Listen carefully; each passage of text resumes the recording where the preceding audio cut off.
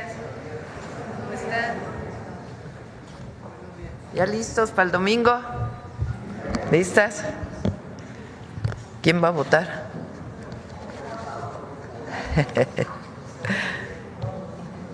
Ya me dijeron que sí puedo hablar de eso. Es que yo pensaba que ya no se podía hablar desde ayer de la elección.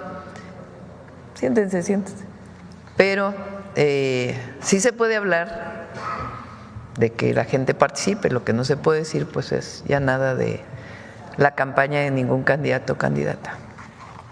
Entonces aprovecho para decir a votar todos el domingo.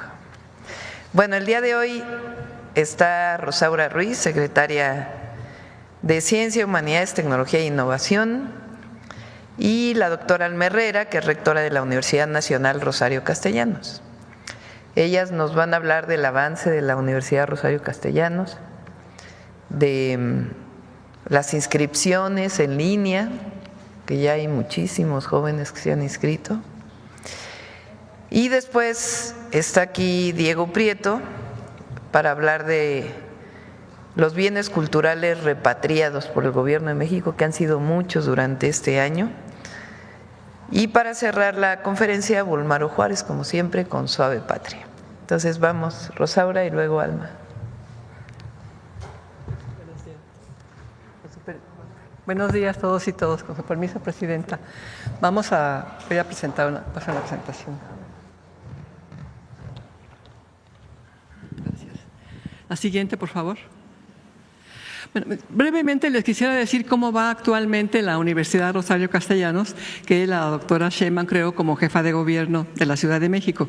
En ese momento, esta es la matrícula que tiene la universidad ya convertida en Universidad Nacional Rosario Castellanos, y la matrícula actual es de 55,000, casi 56,000 estudiantes. Tenemos 54,000 en licenciatura, 1,300 en posgrado, en estudios combinados, que es un modelo donde formamos doctores de licenciatura hasta doctorado en 8 años. En ese modelo tenemos todavía pocos alumnos, 68, le llamamos el modelo 323. Tenemos más de 7,000 estudiantes egresados ya, titulados. La oferta educativa que tenemos es de 36 licenciaturas, 15 posgrados, 5 especialidades, 7 maestrías y 3 doctorados. Tenemos también la sede de Comitán, que ya se las presentamos hace poco. En esta sede tenemos, y también tenemos la sede de Tijuana. El personal docente en total son de 1,302 maestros y maestras, 58% con posgrado y 44 miembros del ENI. Miren, el estar en CECITE, ustedes recordarán que la doctora Sheinbaum nos encargó esta universidad a la Secretaría de Ciencia, Humanidades, etcétera. Y esto ha sido importante porque también nosotros tenemos egresados de doctorado o con postdoctorados que la CECITE, antes CONACYT, tiene de una manera importante en todo el país. Entonces, estamos incorporando a nuestros egresados como profesores también en la que sigue. Y bueno, la otra universidad que también se creó y que ahora va a ser parte de la Rosario Castellanos, la doctora Sheinbaum ha decidido que estas universidades se unan, que hagamos una área de salud en la Rosario Castellanos. Y entonces en esta universidad, se les digo que ya todos recordarán, tenemos también maestrías y doctorados, doctorados todavía no tenemos, maestría, y tenemos la licenciatura en medicina y en enfermería, las 2 licenciaturas. Este año es muy importante decirles que se van a titular ya 250 médicos y médicas. Son la primera generación que sale de esta universidad. Ya salió también una generación el año pasado de enfermería. La que sigue. Miren, esto no lo voy a detallar, se los podemos entregar, pero sí aquí estamos comentando cuáles son los alumnos que tenemos en cada una de las unidades que hay en la Ciudad de México. Estas son las unidades de la ciudad y, bueno, la Universidad Rosario Castellanos ha sido todo un éxito en la ciudad y esperamos que eso se repita en los estados. ¿La que sigue? Tenemos, ya decía antes, los egresados, tenemos 6.741 egresados con licenciatura, tenemos en posgrado 764, técnico superior universitario 42. La que sigue, por favor. Bueno, la doctora Alma Herrera, que es la rectora de la universidad, va a explicar cómo van los nuevos proyectos en los diferentes estados. Muchas gracias. Gracias. ¿Quieres aquí o allá?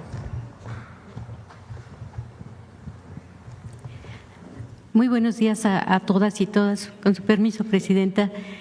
En marzo de este año iniciamos en Comitán y en Tijuana, entre dos fronteras, Rosario Castellanos.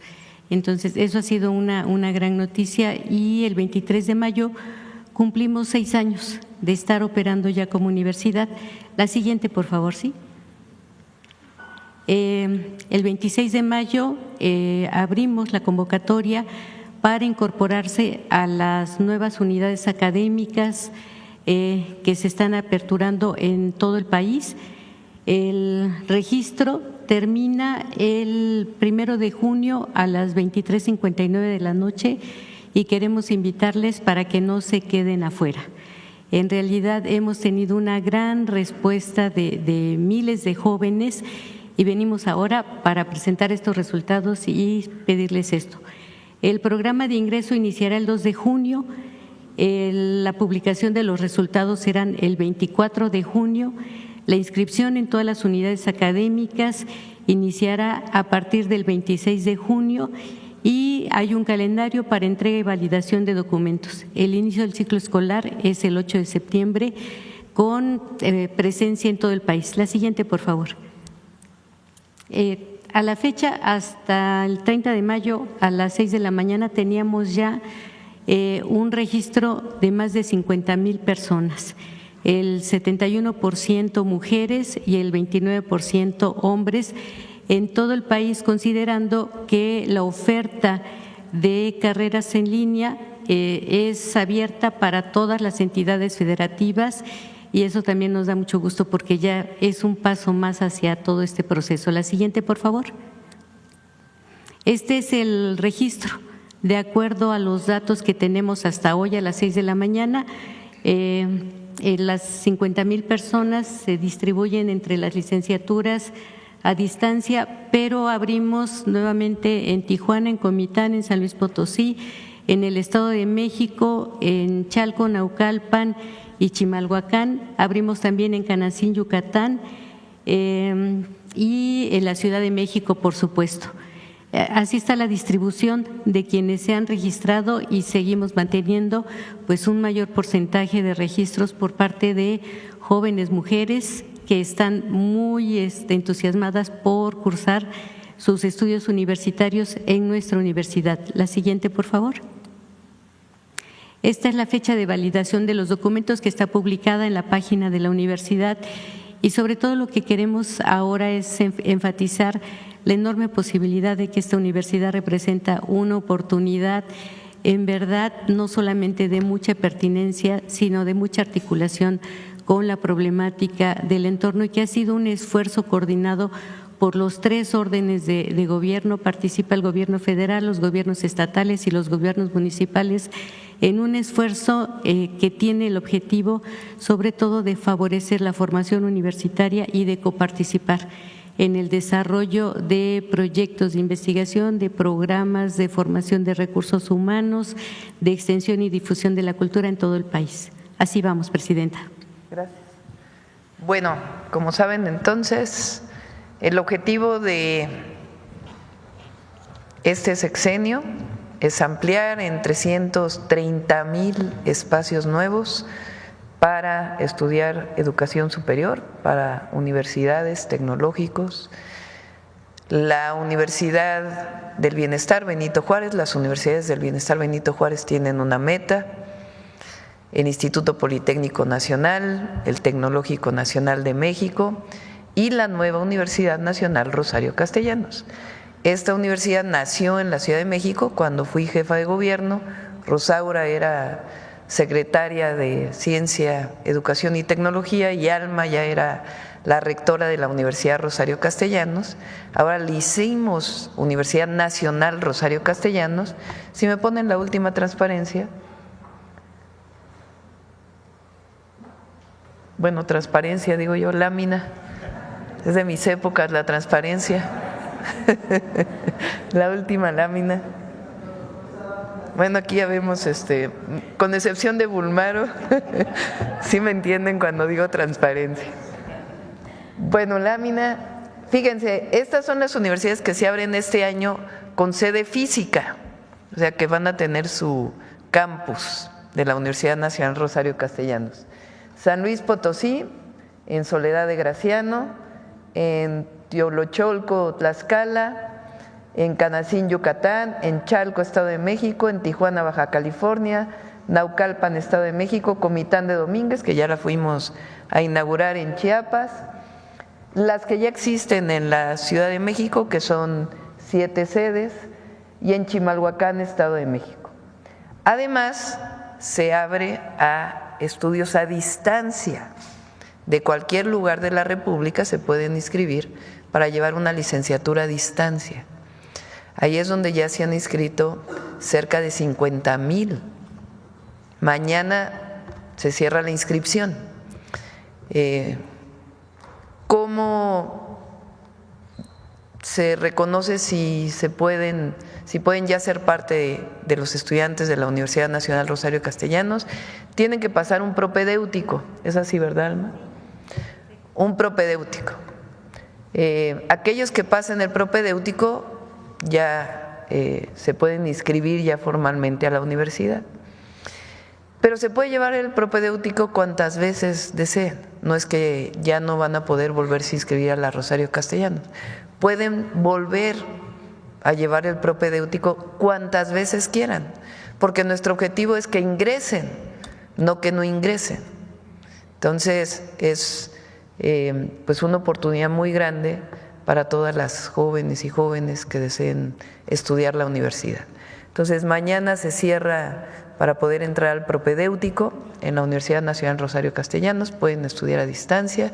En estas sedes ya a partir de septiembre van a poder iniciar, y si no, a partir de enero seguirán a distancia porque se están construyendo las sedes y vamos a continuar.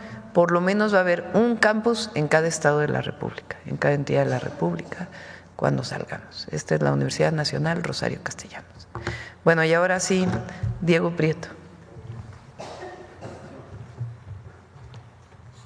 Muy buenos días, presidenta, secretaria, doctora Bulmaro, amigas y amigos de los medios y todos quienes nos siguen en las redes sociales, en los medios y plataformas digitales. Vamos a hablar de un tema de verdad importante, apasionante, que es la recuperación de bienes culturales que se encuentran ilícitamente en el exterior y que han salido pues desde el siglo XVI, XVII, XVIII, XIX y XX. Este siglo no ha salido tanto patrimonio, pero de todas maneras estamos trabajando para evitar esta práctica colonialista, esta práctica ilegal, esta práctica que constituye uno de los tráficos más perversos, además del tráfico de drogas, de armas y de personas. El tráfico de bienes culturales lastima a los pueblos.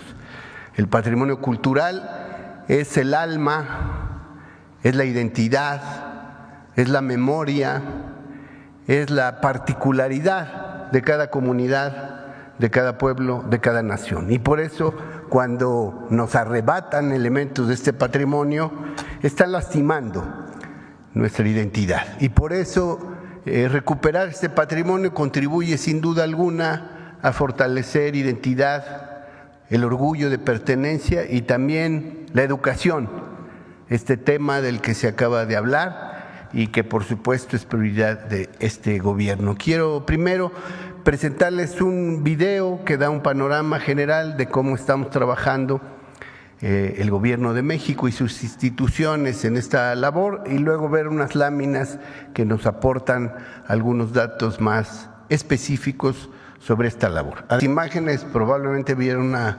pieza que parece africana, y es africana porque también México se ha caracterizado en estos últimos gobiernos por regresar piezas que ilegalmente entran a México. Entonces hemos regresado piezas a Nigeria, a Guatemala, a España, a Colombia, a Cuba y a otras naciones, porque nosotros tenemos que ser también solidarios con los demás países y evitar ese tráfico pernicioso. Quisiera que viéramos estas láminas. Efectivamente, el instituto tiene por ley la tarea de recuperar los bienes culturales que están en el extranjero, pero sin duda alguna que es con el presidente López Obrador cuando el instituto tiene un acompañamiento y encuentra una voluntad política muy decidida para poder trabajar en este sentido. Ustedes ven, en el gobierno de Enrique Peña Nieto se recuperaron apenas 361 bienes culturales.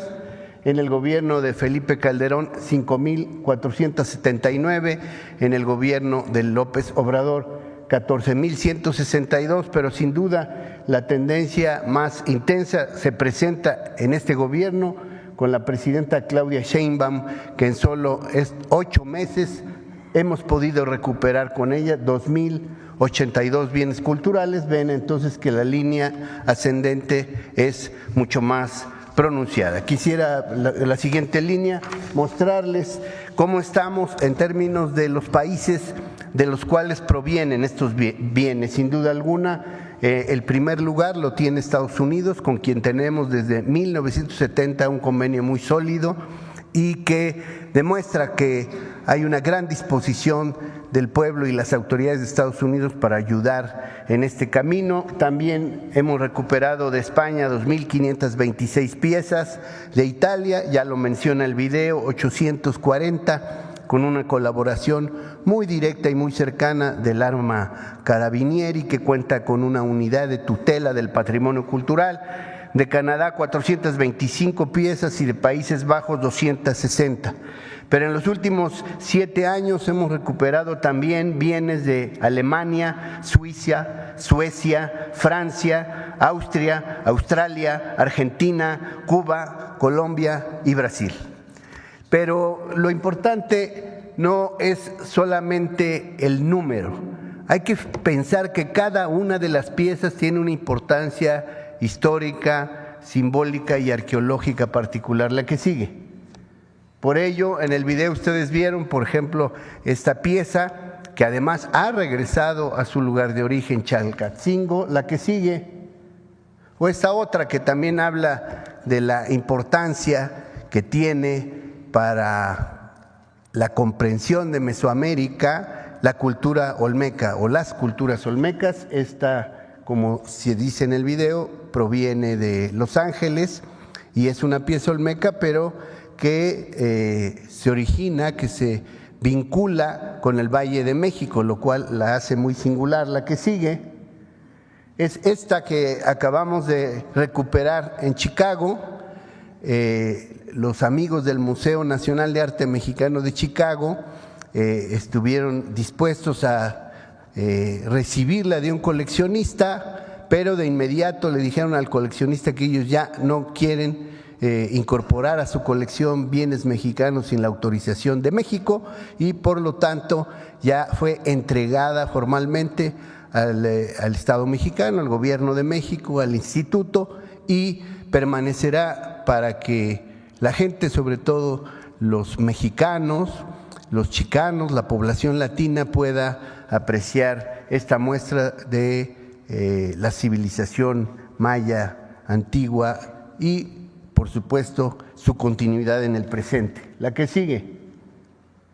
Es una muestra que acabamos de presentar y que está exhibida en el Museo de Antropología, de piezas que se acaban de recuperar de Italia, con el que, como se ha dicho, es un país con el que tenemos mucho agradecimiento porque colabora intensamente en esta tarea, que es una tarea que nos ayuda a hacer patria, a afirmar la soberanía de México y a fortalecer la dignidad nacional de nuestro país. Gracias.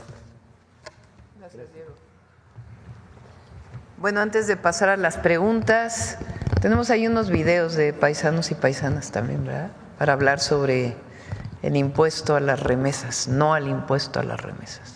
Yo soy usuaria del servicio de envíos de dinero en México porque pago mercancías y servicios, además de que tengo familiares a los de que envío remesas. A mí me parece injusto el que nos hagan pagar un impuesto extra después de que ya pagamos por haber tenido un sueldo, por haber trabajado. Además, yo pienso que este impuesto es injusto porque esto es más que nada un tema político, para golpear más a las personas migrantes que estamos acá, que solo muchas veces solo hacemos los empleos que los americanos no quieren hacer.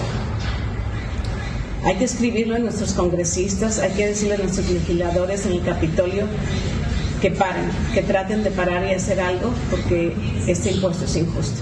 Hola, soy propietaria de una tienda de abarrotes. En mi opinión, la gente que tiene o no tiene documentos ya paga impuestos. No me parece justa la propuesta de ponerle impuestos a las remesas, Ya que la gente trabaja duro y contribuye a la economía de este país. ya que la gente trabaja dura y más de 48 horas, es más, trabajamos casi el doble. La gente debería escribir a sus senadores para manifestarse en contra de esta nueva ley.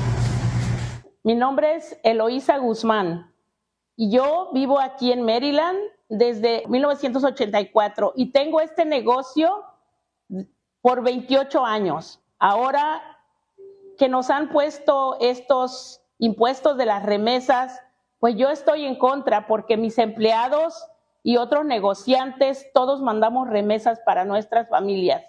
Antes de que nosotros recibamos el cheque, antes de que los empleados reciban su cheque, ellos ya pagaron impuestos y al mandar remesas a su país, a cualquier país, tienen que volver a pagar. Estamos en contra de eso.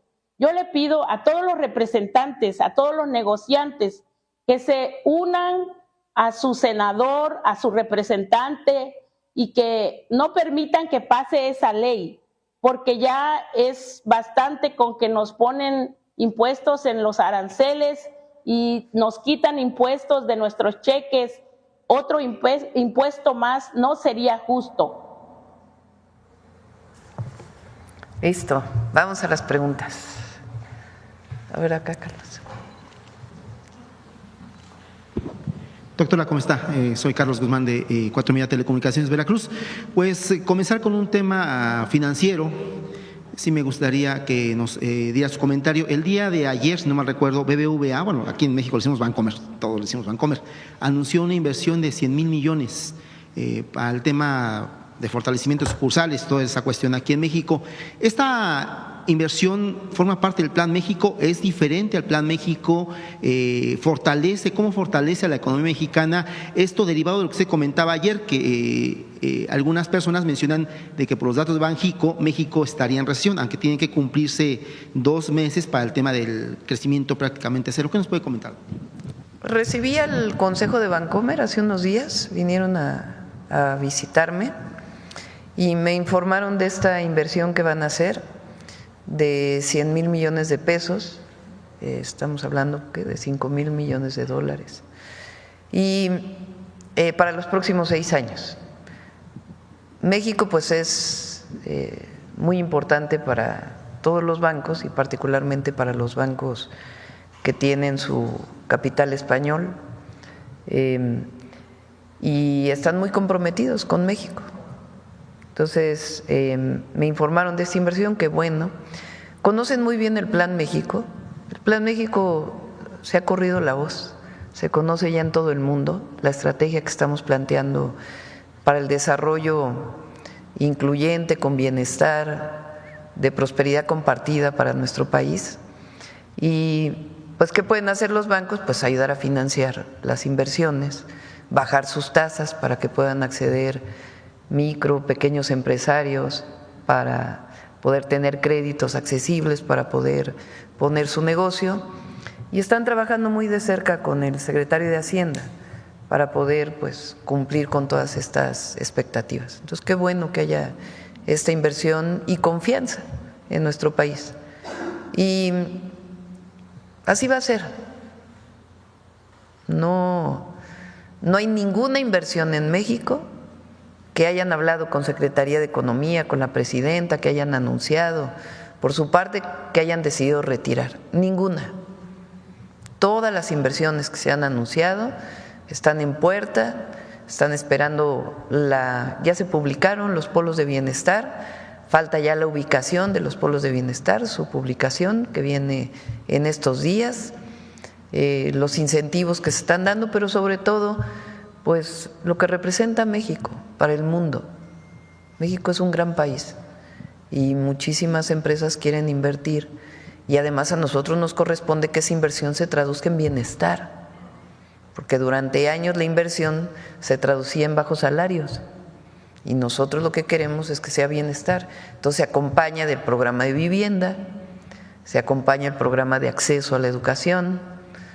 Entonces por eso es un programa integral de inversión, pero acompañado del bienestar para todo el pueblo de México. Y aprovechando el contexto, ¿qué le dijo don Carlos Slim ayer? Estuvo aquí él con su hijo, pues he establecido yo una buena relación con el ingeniero Slim. Es un hombre muy inteligente, muy culto y siempre es refrescante escuchar sus opiniones. Entonces hablamos sobre la situación de México, cómo ve el tema de Estados Unidos, la relación con México, cuál es su opinión frente a las inversiones que están llegando. Entonces siempre es muy interesante escucharlo. Fue una plática, digamos, sobre la situación actual. ¿Habló de inversiones, algo así, de sus empresas? Pues ellos tienen varias inversiones planteadas, pero más allá de la inversión específica que pueda tener el Grupo Carso, hablamos en general de la situación de México y él es muy optimista. Hablando de la situación de México, el día de ayer, en el caso de la CENTE, su parte, que es la CETEG, ayer intentó ingresar, bueno, quemar papeletas de la elección judicial de este 1 de junio. No sé si nos puede regalar un comentario respecto a este tema. Estuvo la Guardia Nacional custodiando obviamente el recinto, pero es preguntarle si este tipo de acciones de más intensidad, se le llama radicalización en el tema político, pero si no ponen en algún momento en peligro a la elección judicial, ¿se contempla el que se regresen a la mesa de diálogo aquí en Presidencia? ¿Qué nos puede decir? Ellos tomaron la decisión de ir a consultar a sus bases. Ellos tienen un esquema en donde la decisión la toman a partir de asambleas. Entonces se les hizo una propuesta, ayer se dio a conocer por parte de la Secretaría de Educación, del director del ISSSTE y la Secretaría de Gobernación, y ellos van a ir a consultar si con esta propuesta que se les hizo ellos deciden levantar el plantón que tienen aquí en la Ciudad de México. Y nosotros hemos hecho muchos planteamientos desde hace tiempo para cada estado de la República. Mario Delgado ha estado pues prácticamente en todas las entidades de la República, hablando de la característica de cada uno pues de la educación en cada estado. Lo he platicado aquí, muchos de los maestros están federalizados, es decir, tienen una nómina federal a través de la cual se destina el recurso a los estados y los estados pagan a los maestros. Pero hay una nómina estatal en la mayoría de los estados de la República. Y el gobierno federal ayuda a muchos estados a que se pueda cumplir también esa nómina estatal. Y en cada entidad de la República, las y los maestros pues tienen sus solicitudes, en particular en Oaxaca, en Chiapas. Mario ha estado atendiendo pues las solicitudes que se tienen por parte de los maestros de la coordinadora, desde hace ya semanas, no es de ahora. Entonces, ellos lo que plantean pues es que ya se aterricen en estos acuerdos en los estados. Entonces, bueno, vamos a esperar esta consulta que tienen con las maestras y los maestros, insistir que en lo que podamos hacer que esté en las posibilidades reales del gobierno federal para apoyar a las maestras y a los maestros. Ya la educación pública lo vamos a hacer, es nuestra concepción, es nuestra convicción. Hay temas pues que sencillamente no alcanzan los recursos para poderlo cumplir y seguir platicando pero no bajo una condición en donde pues hay estas manifestaciones, ¿no? Entonces vamos a esperar a ver qué resulta entre hoy y mañana. Ya la mesa está abierta con Educación, ISSSTE y Gobernación y Hacienda. Ellos mencionaban incluso ayer en una asamblea que efectuaron aquí en Ciudad de México que dejaban patente la posibilidad de boicotear la elección. ¿Haría algún llamado respecto a eso? No escuché eso yo, al revés. Cuando nosotros dijimos que cómo era posible que tomaran el INE y que tenía que ver la elección al Poder Judicial con las demandas del magisterio, que si eso significaba que estaban juntándose con todos aquellos que estaban en contra de la elección al Poder Judicial, ellos manifestaron públicamente que no iban a boicotear la elección del domingo. Entonces, no sé a qué te refieras con la… Sí, es que ayer se le hizo la pregunta por parte de una compañera en uno de los mítines aquí en Reforma, en el que le mencionaba a la compañera, ¿siguen con el tema o están dispuestos a radicalizar sus acciones o a boicotear la elección judicial? Hablaba, si no mal recuerdo, el secretario de la sección de Chiapas, que fue el que dio la respuesta, dejando abierta la posibilidad, pero nunca concretó, nada más dejó abierta la posibilidad de… Pues, esperemos que no, porque pues estarían actuando contra la libertad del pueblo de México para poder decidir el Poder Judicial. Entonces, esperemos que no y que consulten esta propuesta, que la verdad es un esfuerzo extraordinario que se está haciendo. Y lo estamos haciendo porque creemos en los maestros y en las maestras, creemos en la educación pública. Lo que no nos parece pues es estos actos violentos y la afectación que están haciendo en la Ciudad de México cuando hay diálogo. O sea, se entendería que estuvieran presionando si no hubiera diálogo, si estuviéramos cerrados, pero cuando hay una mesa de diálogo abierta, pues ¿por qué tienen que estar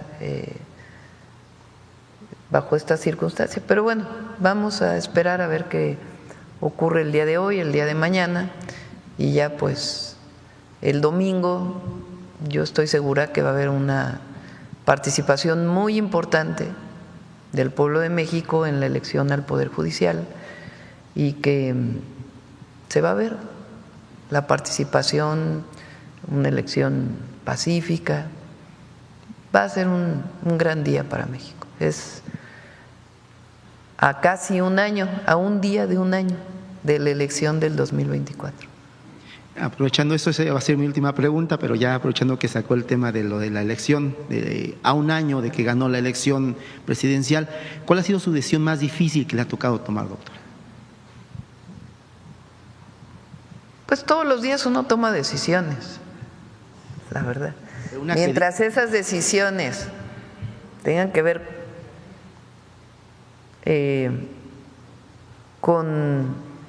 hay decisiones que son coyunturales, decisiones que uno tiene que tomar sobre proyectos prioritarios, estratégicos.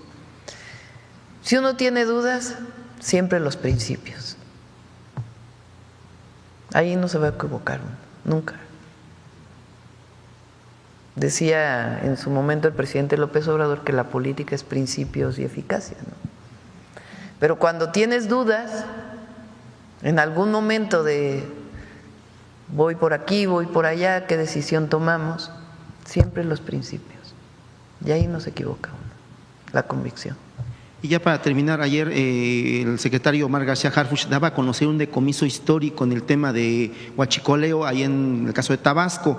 Yo que recuerde, nunca se había dado un decomiso como tal, en un lugar que parece que era de almacenaje, pero también, según redes sociales, tendría alguna relación con el caso de huachicoleo hacia Estados Unidos, la venta de básicamente lo que es combustibles en Texas. Incluso ayer se daba a conocer parte de una familia que está involucrada en ese tema, de que ellos pedían no ser exculpados, sino entrar a juicio. No recuerdo el nombre de la familia, pero sí nos puede comentar qué se dijo el día de hoy en la reunión de seguridad respecto a este tema, y también si nos puede precisar algo del tema de Estados Unidos, si es que tiene alguna opinión al respecto, por favor.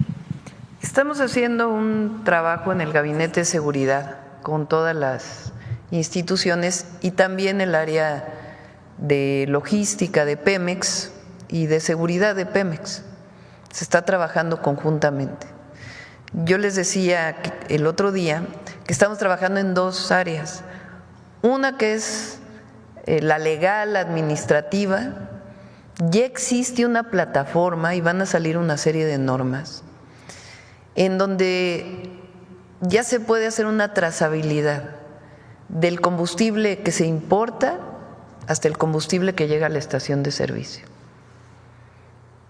Eso fue gracias a toda la modificación de leyes que hicimos en el sector energético, que fue la reversión de la reforma del 2013, que gracias a la mayoría calificada se pudo modificar la Constitución y también pues todas las leyes de energía que nos permiten pues tener, entre otras cosas, además del fortalecimiento de Pemex y CFE, esta trazabilidad de los combustibles. Trazabilidad quiere decir que podemos ver en una plataforma automática cómo llegó el combustible y a dónde se trasladó hasta llegar a la estación de servicio. Eso es muy bueno porque los permisos de importación, porque recuerden que puede tener permiso de importación un privado, no solo Pemex. Los permisos de importación, pues ahora se sabe a dónde van. Y se está fortaleciendo esa plataforma. Y eso lleva información que nos da pistas si hay fugas, si hay huachicol. Eso por un lado.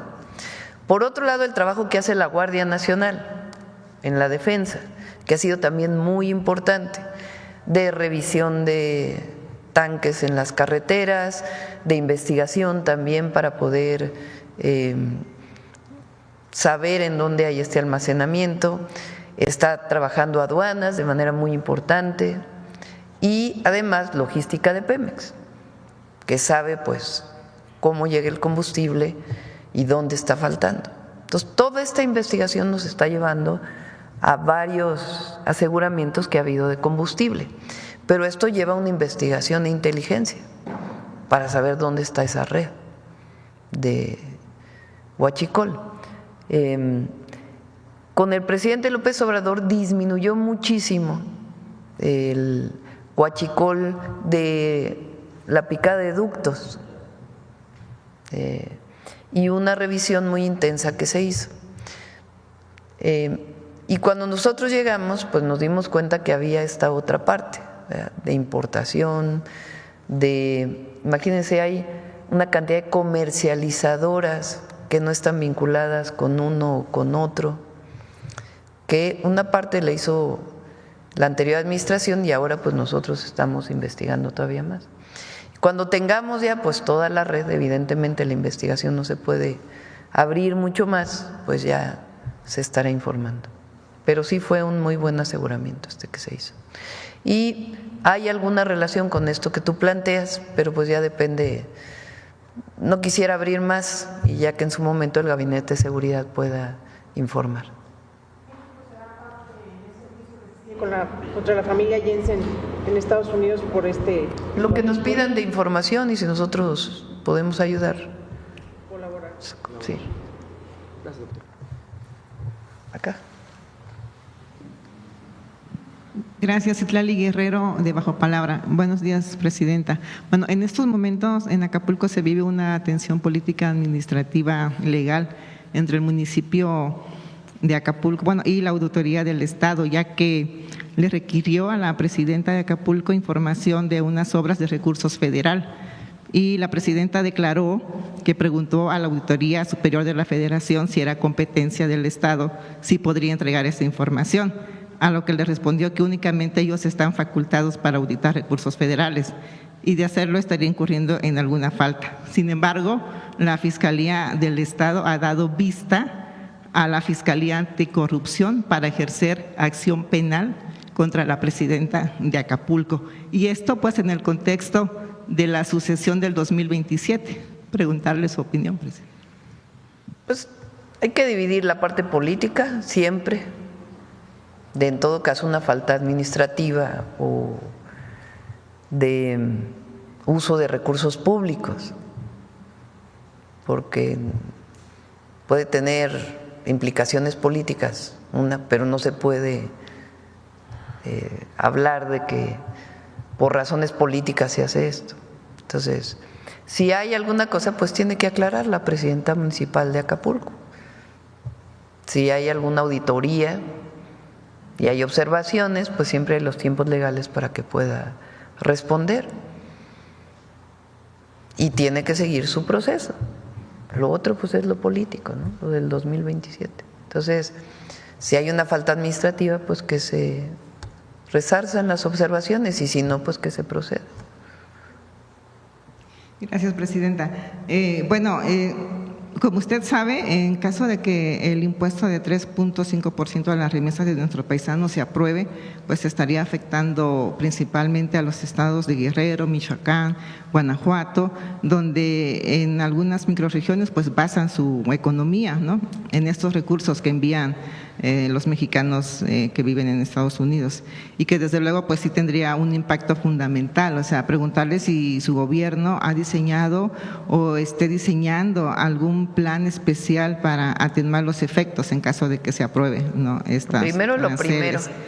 primero. Vamos a tratar de informar a todos los senadores pues del impacto que tiene el impuesto a las remesas, y por eso este llamado a nuestros paisanos y paisanas, sobre todo los que tienen la doble nacionalidad, que ejercen su derecho al voto en los Estados Unidos y que no están de acuerdo con este impuesto, pues que puedan informarle a sus senadores de que no están de acuerdo y las razones por las cuales no están de acuerdo en este impuesto. Y nosotros desde aquí también, los senadores se van la próxima semana para poder hablar con los senadores de allá, expresar su opinión de todos los partidos políticos, no solamente de Morena o de nuestro movimiento, sino de todos los partidos políticos. Van a dar los argumentos y nosotros también, a través de el Departamento de Estado y el canciller, pues la información que se tiene que dar de que no estamos de acuerdo el gobierno de México con el impuesto a las remesas. Entonces vamos a ese proceso y si llegara a aprobarse ya veríamos la otra parte. Que sepan los paisanos y las paisanas y el pueblo de México que su gobierno está para apoyarlos siempre, y que si estamos en contra del impuesto a las remesas es porque afectan a los más pobres del país y afectan a nuestros paisanos y paisanas allá. Que los mexicanos y mexicanas allá ya pagan impuestos y que es injusto que paguen doble. Y además hay un convenio firmado en 1992 que dice que no se debe duplicar el impuesto. Ya existe ese convenio entre México y Estados Unidos. Entonces, esto estaría por encima de ese convenio. Entonces, nosotros vamos a seguir difundiendo nuestra posición, haciendo nuestro trabajo y siempre vamos a apoyar al pueblo de México. No lo vamos a dejar solo nunca. Pero vamos primero a lo primero.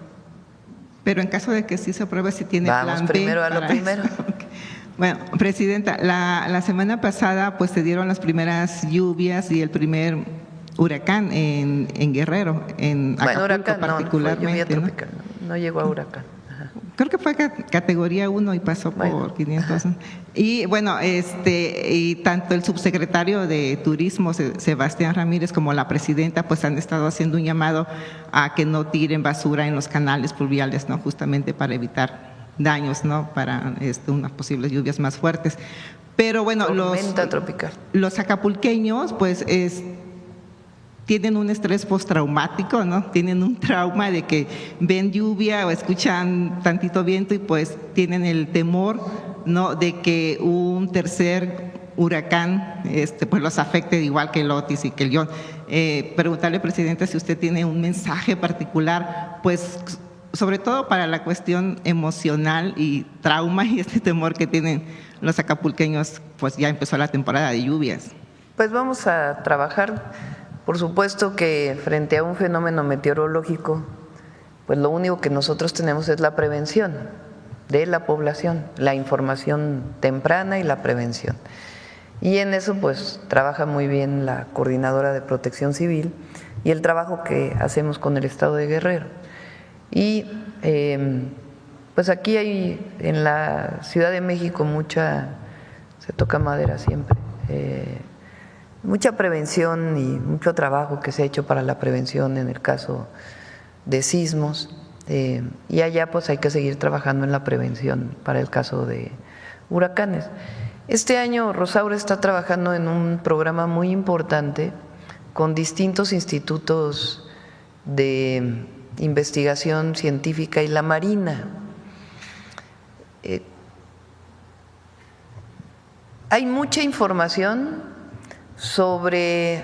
particularmente de Estados Unidos, se tiene mucho instrumentación en el Golfo, porque los huracanes que llegan del Golfo, los fenómenos meteorológicos del Golfo impactan más a Estados Unidos, a Florida y a todo el este de los Estados Unidos.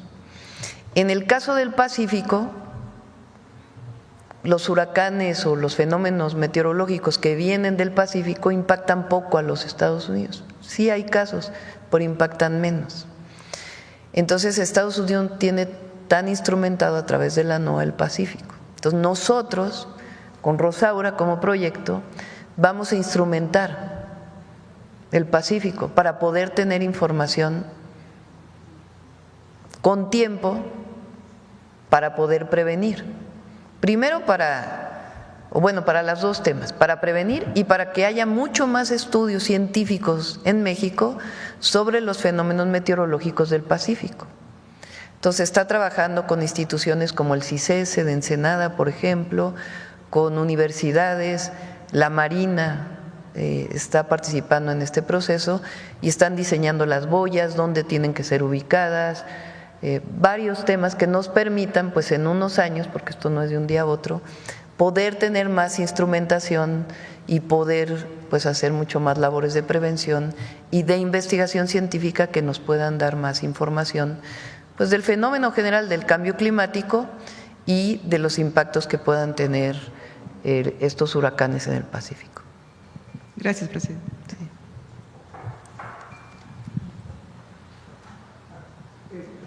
Te sorprendiste de que te diera la palabra. Presidenta, Federico Lamont, así Luis Lamont, 1530. Dado que en la primera imagen de los paisanos, ellos decían, consulta a tu senador, no es el senador estatal, es el senador federal, y México tiene la oportunidad de consultar, y usted los conoce, a los 3 senadores de ascendencia mexicana, Catherine Cortés Masto de Nevada, Alex Padilla de California y Ben Luján de Nuevo México. ¿Piensa usted en hacer diplomacia parlamentaria o instruirle al Congreso, a los senadores de los diferentes partidos políticos, que hagan una primera interparlamentaria del migrante que alcance ese propósito y le permita a usted, en el marco de sus facultades, persuadir a los congresistas 39 de ascendencia mexicana en el Capitol Hill y en el Senado 3 demócratas pero con ascendencia a los republicanos? ¿Existe ese margen de posibilidad, por un lado? Lo está haciendo ya el Senado de la República, todos los partidos políticos, no por instrucción mía, sino por iniciativa de las y los senadores, de juntarse todos para ir a platicar con distintos senadores de los Estados Unidos, en un diálogo abierto, normal, que se puede dar, de por qué el impuesto a las remesas pues no es una buena medida. Entonces ya lo están haciendo con distintos senadores y también pues hablando por teléfono e informando. Y va un equipo la próxima semana para poder hacerlo. También lo está haciendo nuestro embajador de México en Estados Unidos, hablando con senadores, con el propio Departamento de Estado. Y yo se lo planteé a nuestro embajador cuando vino a entregar sus cartas credenciales y tuvimos una plática. Le dije al embajador de los Estados Unidos en México pues que nos preocupaba mucho el impuesto a las remesas. Él pues también nos dijo que lo que pudiera él ayudar, que con gusto lo podría hacer para poder mejorar pues esta situación. Entonces se está trabajando y nuestros paisanos allá, este llamado que se hace pues es a que envíen su carta a su senador.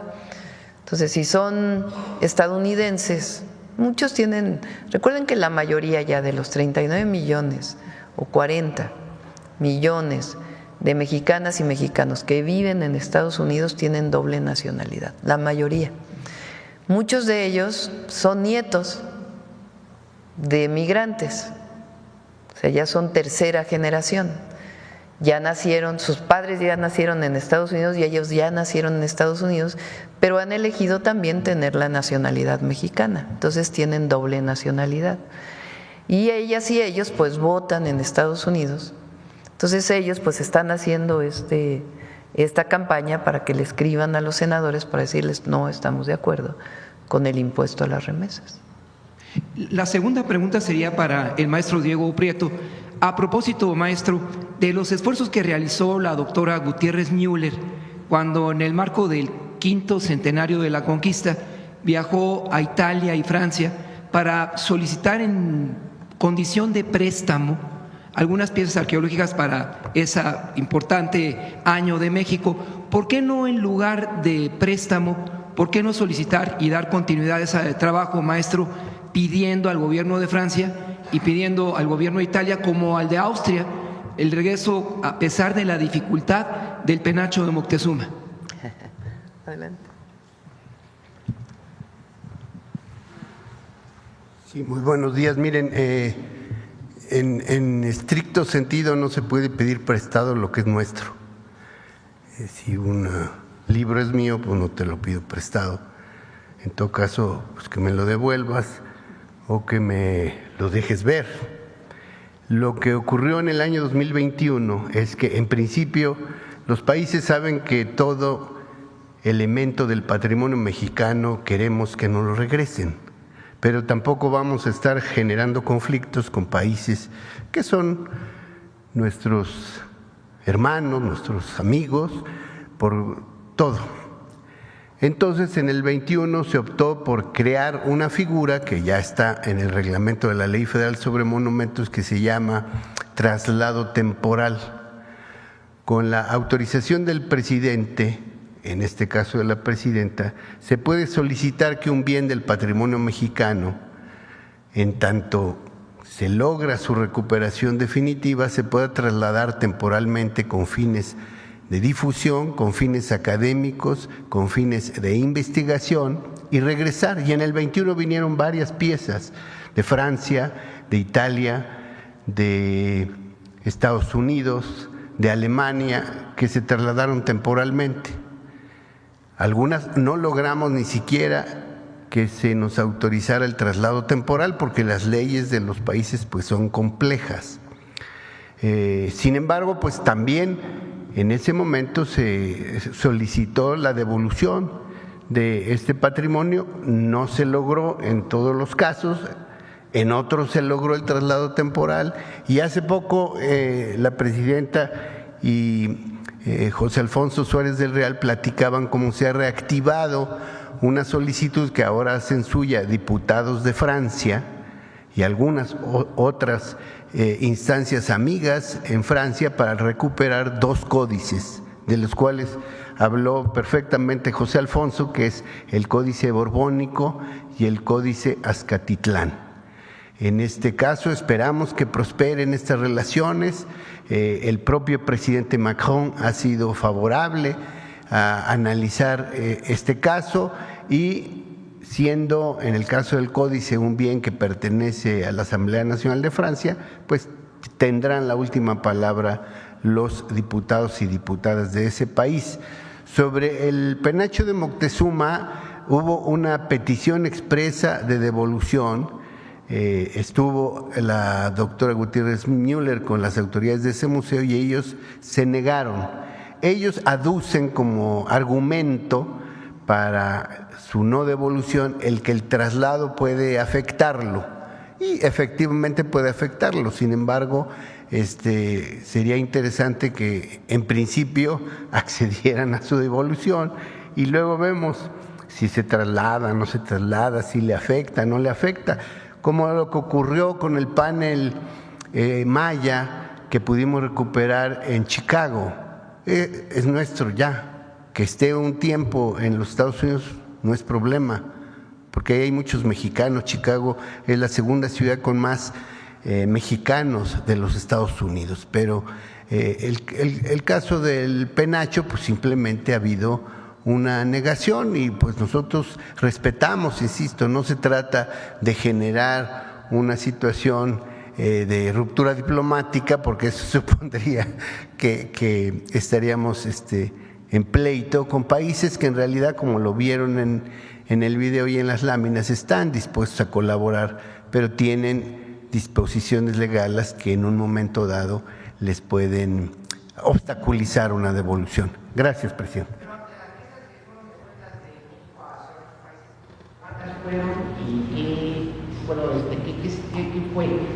Ahorita no tengo el número, pero por ejemplo la pieza que vieron de Nigeria es una pieza que pretendieron introducir ilegalmente a nuestro país. Nosotros preguntamos si era de interés de ellos, dijeron que sí y se devolvió. Lo mismo ha ocurrido con piezas de Perú, de Bolivia, de Guatemala, de Colombia y de España. No tengo el número exacto, pero otra vez, miren, en esta materia no solo importa el número, sino principalmente importa el gesto y la disposición, la voluntad política para que el patrimonio regrese al lugar de donde proviene. Gracias. Finalmente, presidenta, ante la posibilidad que los restos de Porfirio Díaz que permanecen inexplicablemente en Montparnasse, en París, pudieran regresar a México, tanto para usted como para el maestro, ¿usted cómo se plantea en ese sentido? Te lo dejo a ti, Diego.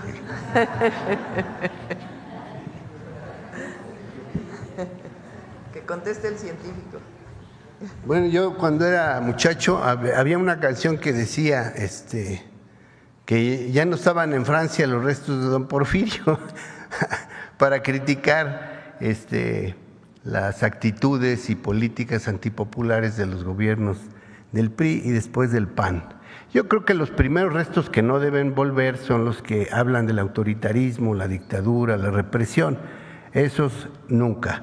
Y la otra cuestión, pues yo creo que no es algo que importe pues al Estado mexicano, no es algo que el pueblo esté deseando. Algunos sectores pues pueden pensar que es un mexicano y que podría estar en este país, pero yo considero que pues ahí están bien. Don Porfirio decidió irse a Francia, murió ahí, pues que permanezca en paz, ahí descanse en paz y sobre todo que no regrese el porfirismo, porque desgraciadamente regresó el porfirismo a finales del siglo XX y apenas estamos superando ese neoporfirismo que mucho daño nos causó. Gracias.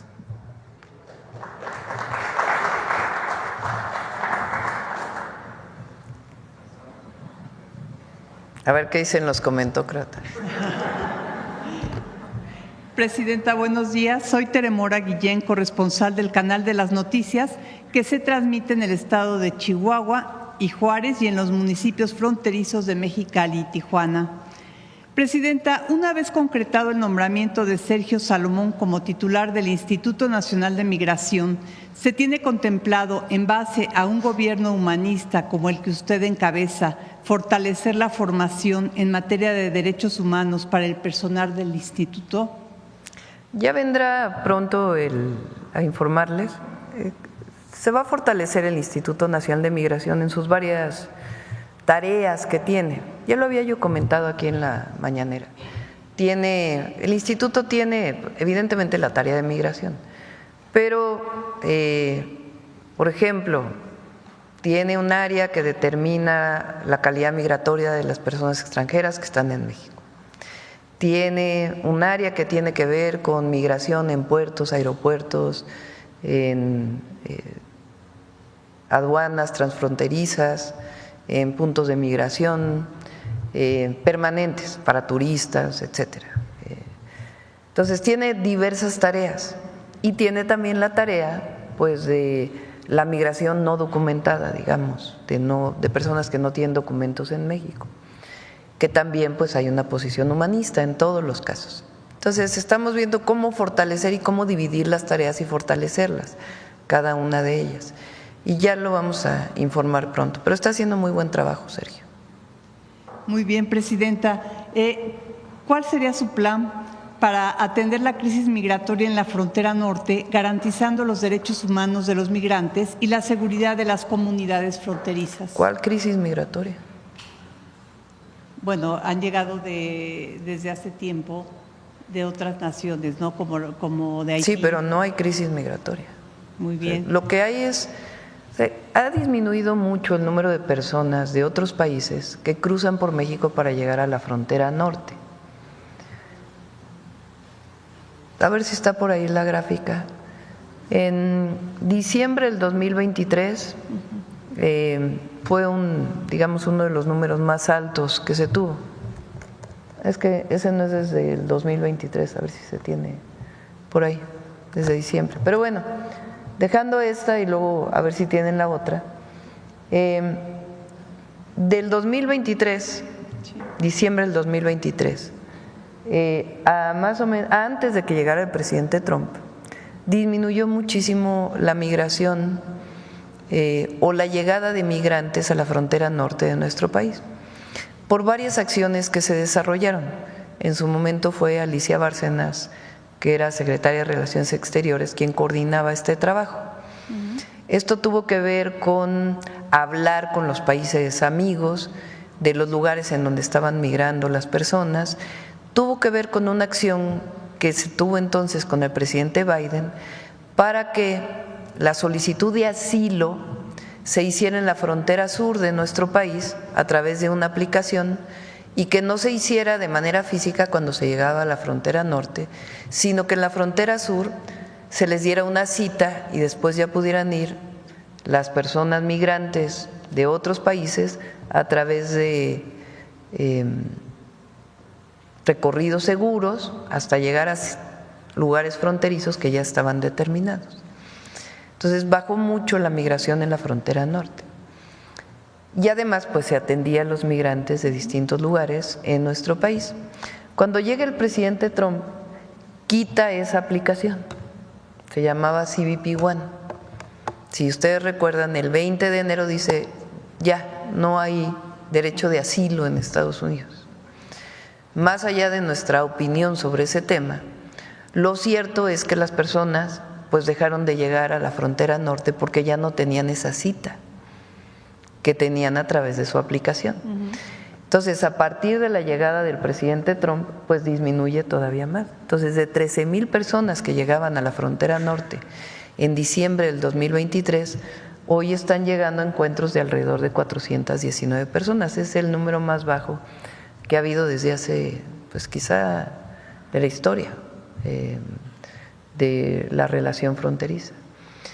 Entonces no podemos hablar de crisis migratoria. Las personas que vienen de otros países que quieren quedarse en México, pues hay esquemas a través del Instituto Nacional de Migración, en donde incluso pues hay esquemas de empleo que se tienen con distintas empresas en México y valora migración si tienen posibilidad de asilo en México o no. En la mayoría de los casos, su interés real es llegar a Estados Unidos. Cuando vieron que disminuyó esa posibilidad, pues disminuyó también muchísimo la migración de personas de otros países desde la frontera sur. También tiene que ver con materia migratoria esta pregunta. En materia migratoria pareciera que las acciones que emprendió el presidente Donald Trump generaron mayores expectativas en cuanto al número de indocumentados que serían deportados a nuestro país. ¿Qué resultados han dado las acciones que desde el mes de febrero instrumentaron la Secretaría de Gobernación y el INAMI? Bueno, nosotros tenemos los 10 centros de atención, ¿recuerdan? En la frontera norte. Esos 10 centros de atención siguen funcionando. Ha llegado mucho menos personas de las que en algún momento se esperó que iban a llegar.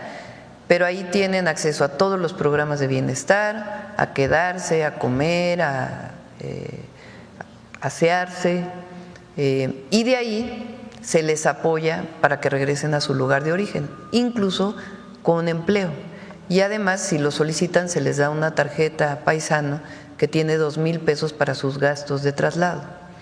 Entonces, están funcionando los 10 centros. Además, la mayor parte de las repatriaciones las hace hoy Estados Unidos en aviones de Estados Unidos que llegan principalmente a Tabasco y a Tapachula. Ahí hay otros centros de atención. Entonces, llegan nuestros paisanos a Villahermosa y también al AIFA, al Aeropuerto Internacional Felipe Ángeles.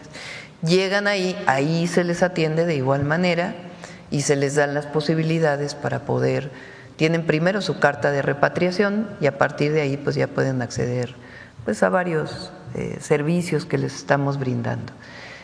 No sé si, a ver, Rosa Isela les puede enviar esa gráfica, si no se las enseñamos el lunes con gusto. Muchas gracias, Presidenta. Y por último, ha trascendido en medios una carta enviada a usted y a la gobernadora de Chihuahua, María Eugenia Campos, mediante la cual el párroco de Huachochi, Enrique Ursúa Romero, lanzó una llamada para que se frene la violencia que tiene en vilo a la población. El religioso refiere a enfrentamientos el pasado 15 de mayo y destaca que el alcalde de Huachochi, José Miguel Yáñez, ha solicitado apoyo de autoridades, tanto estatales como federales, y la respuesta ha sido que no se cuenta con elementos. ¿Cuál es su opinión al respecto, Presidenta? Bueno, no creo que… Vamos a revisar, pero el municipio al que fui recientemente, en Guadalupe y Calvo, ahí hay apoyo de la Guardia Nacional y si se requiere más, pues se va a brindar más. Y vamos a ver en Huachochi para ver pues qué se requiere para poder apoyar siempre. Muchas gracias. Ahí, por cierto, quedamos, nos ha sido muy complicado. La Sierra Tarahumara tiene muchísimas comunidades muy aisladas, muy pequeñitas. Entonces, hay un programa para que los niños puedan acceder a la escuela, se quedan de lunes a viernes en la escuela, ahí se alimentan y regresan el fin de semana con sus familias, vienen por ellos. Ahí fue muy difícil el programa de salud casa por casa para incorporar médicos o enfermeros, enfermería o medicina, profesionales de la enfermería o medicina que pudieran hacer el programa casa por casa. Entonces ahí va a haber brigadas de salud por lo pronto y ahí vamos a instalar escuelas de enfermería junto con el Instituto Mexicano del Seguro Social, y eso no lo sabía Alma porque no lo había platicado con ella ni Rosaura, y la Universidad Nacional Rosario Castellanos o la Universidad Benito Juárez, para que personas de las comunidades estudien ahí y ahí se queden con el programa Salud Casa por Casa. Entonces es un programa que vamos a desarrollar en la zona, lo acordamos porque es parte del plan de justicia de esta zona. Muchas gracias, Presidenta.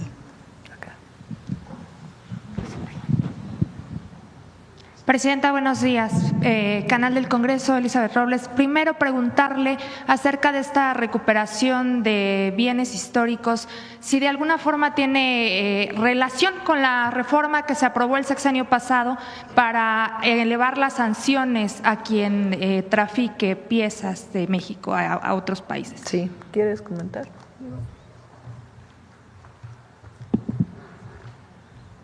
Sí, el tráfico ilícito de bienes culturales es un delito que se paga con cárcel, por supuesto con la reparación del bien que haya sido extraído y que pues tiene que ser perseguido. Entonces, más que elevar las penas, lo que necesitamos es fortalecer una coordinación que ya se ha establecido desde el gobierno anterior entre la Secretaría de Seguridad Pública, la Secretaría de Relaciones Exteriores, la Sedena, la Marina, Aduanas, por supuesto la Secretaría de Cultura a la que pertenece el INA, el INA, el INVAL, porque también hay tráfico de bienes artísticos, fortalecer y prevenir, es decir, evitar esos delitos. Por eso, desde el gobierno anterior y ahora se acaba de refrendar la tarea de construir al interior de la Guardia Nacional un cuerpo especial para el combate a los delitos relacionados con el patrimonio cultural, que puede ser tráfico, puede ser destrucción, puede ser excavación arqueológica clandestina, puede ser destrucción de monumento histórico. Entonces, todos esos son delitos que ya están tipificados en la ley. Lo que pasa, pues, es que anteriormente, y lo vimos en el cuadro, pues el INA sí se movía, pero un tanto cuanto solo.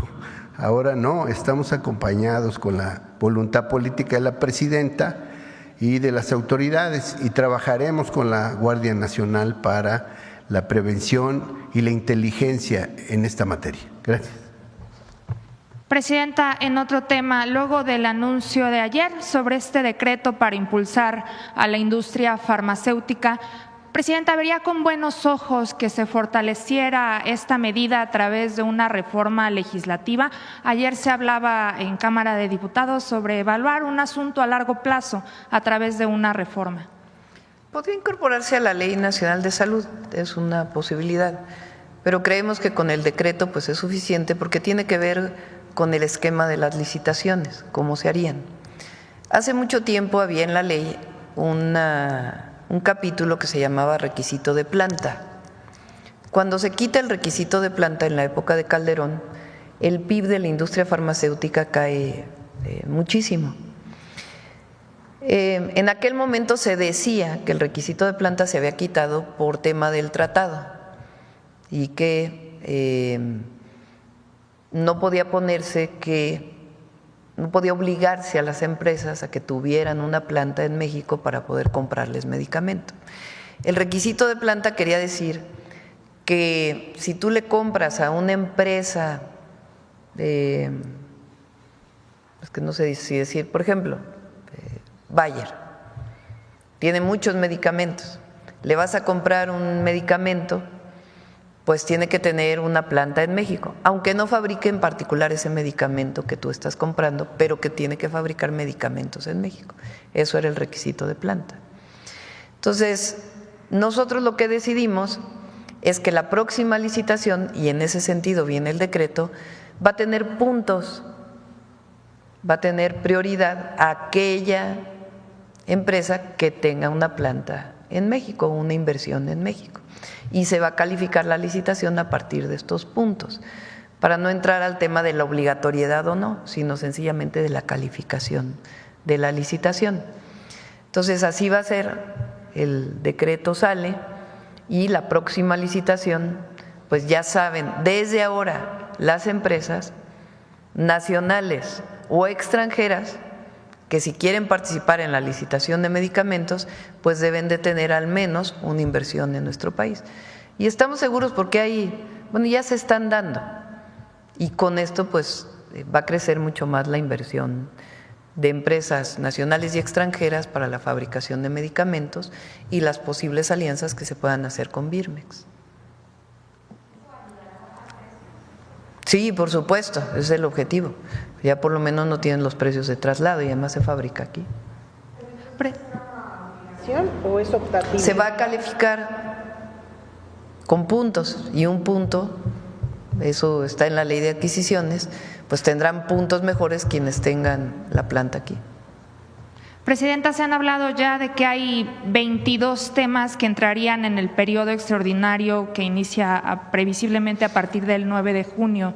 Preguntarle cuáles serían las prioridades desde el Ejecutivo sobre estos temas que se van a presentar en el Congreso y si se incluiría esta reforma para trasladar las atribuciones del Coneval, ¿qué parámetros se incluirían para la medición de la pobreza? Lo tiene que decidir el INEGI, o sea, se mantiene en una institución fuera de la Secretaría de Bienestar la evaluación de la pobreza. De hecho, la evaluación de la pobreza como fundamento tiene la encuesta nacional ingreso-gasto de los hogares que hace el INEGI. Ahora el INEGI pues va a hacer el análisis de que hacía el Coneval. Entonces eso tiene que pasar por ley y es una de las leyes que se está pensando que se apruebe en el periodo extraordinario. Entre otras, también hay muchas leyes de la Guardia Nacional, derivado de que hoy la Guardia Nacional es parte de la Secretaría de la Defensa Nacional.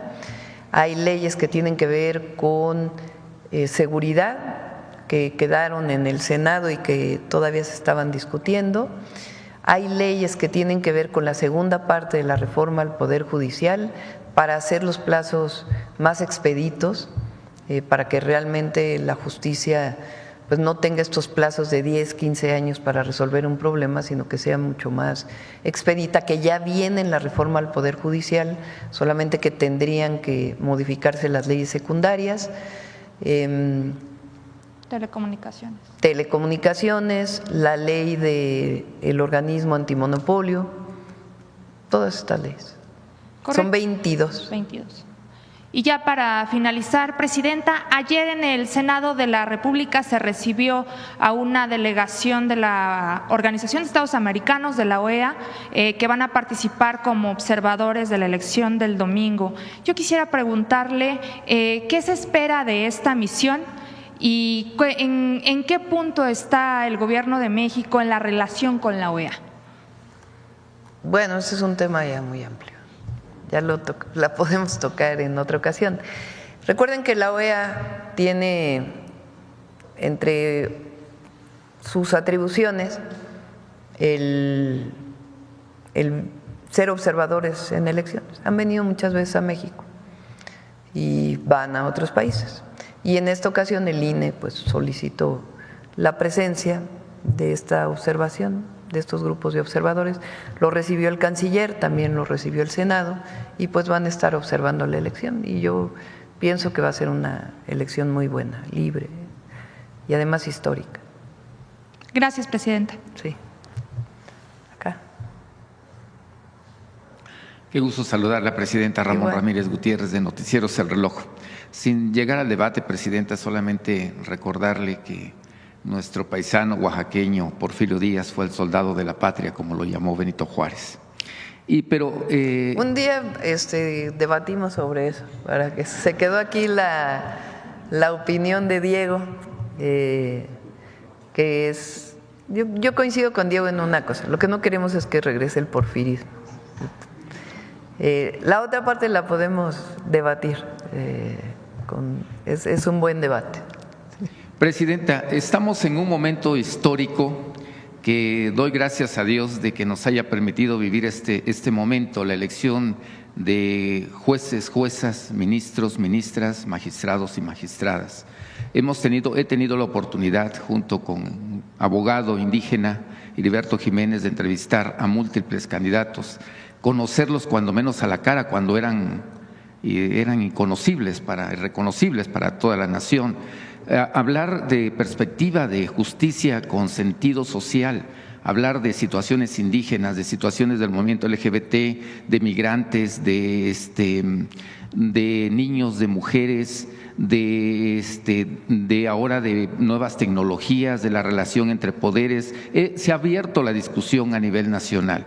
Preguntarle, como titular del Ejecutivo Federal, a 2 días de que se realice esta elección, ¿cuál es el mensaje que usted le da al pueblo mexicano en torno a este momento? Lo vuelvo a repetir, a subrayar, ponerle comillas negritas y todo lo que se pueda. Es un momento histórico el que estamos viviendo los mexicanos, tanto a candidatos como a los electores. Hay muchas voces también que quisieran acallar o que quisieran que pasara desapercibido este momento, pero creo que los mexicanos no lo podemos permitir. México es libre y las y los mexicanos pueden decidir participar en la elección. Nuestro debate es con aquellos que llaman a no votar. No porque no tengan derecho a llamar a no votar, tienen derecho a llamar a no votar, sino porque son aquellos que dicen que México no es democrático. Lorenzo Córdoba, todos los Aguilar Escamín, todos estos que están llamando a no votar. dicen que México es autoritario, que llegó un gobierno que es autoritario. Pero ¿cómo se va a haber una votación? Entonces nuestro debate es decir, bueno, tú decides no votar, pero decir que porque se va a elegir al Poder Judicial por el pueblo de México, eso significa autoritarismo, pues eso sí no estamos de acuerdo, que era el mismo argumento que dio Zedillo. O sea, ¿cómo le puedes decir a un movimiento que llegó a la presidencia con el pueblo de México que llamar a elegir al Poder Judicial es antidemocrático? Es una contradicción en sí mismo. Leía el otro día a alguien que decía, es que nosotros no elegimos a un médico si va a operar o no, por eso no se puede elegir a un juez. No tiene nada que ver una cosa con la otra. El Poder Judicial es un poder en México establecido por la Constitución. El Poder Ejecutivo, el Poder Legislativo y el Poder Judicial. El Poder Ejecutivo se elige, el Poder Legislativo se elige, porque el Poder Judicial no puede elegirse. Sobre todo con la historia reciente del Poder Judicial, que demostró pues, su corruptela y su vínculo con intereses creados que incluso evitan que haya resoluciones para que haya personas que paguen impuestos, que está en la Constitución, o que decidieron fuera de la Constitución bloquear leyes legislando, cuando ese es un papel del Poder Legislativo. Entonces, ese es nuestro debate con quienes llaman a no votar, argumentando que es mejor no votar porque México es un país autoritario. Entonces, México, los mexicanos y mexicanas, hay libertades y tienen la libertad, que también es responsabilidad, porque todas las libertades llevan una responsabilidad, de ejercer su derecho el domingo a votar.